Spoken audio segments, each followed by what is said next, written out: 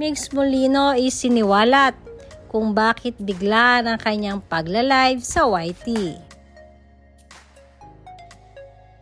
Ikinasaya nga ng napakaraming kabunsoan at kamamigs ang biglaang pagla-live ni Bunso Migs Molino sa kanyang YouTube channel. Kaagad namang pinanood ito ng kanyang mga followers. Sobrang dami nga kaagad ang nag-engage sa live ni Bunso. Excited ang nakararami dahil matagal nang hindi nagla-live si Bunso sa kanyang YouTube channel.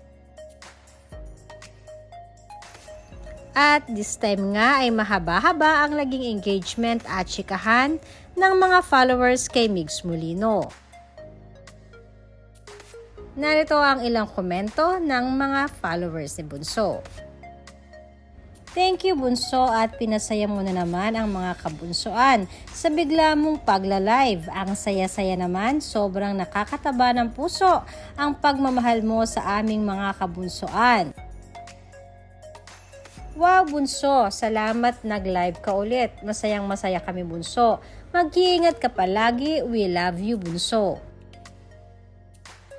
Hi Bunso, sana lagi kang mag-live. Isa rin akong mga nagmamarathon sa lahat ng vlog mo sa playlist para tuloy-tuloy na yun Bunso. Sana makatulong ako sa'yo para sa charity mo Bunso. I love you. Masasabi ngang nagkakaroon ng muling sigla si Bunso Migs.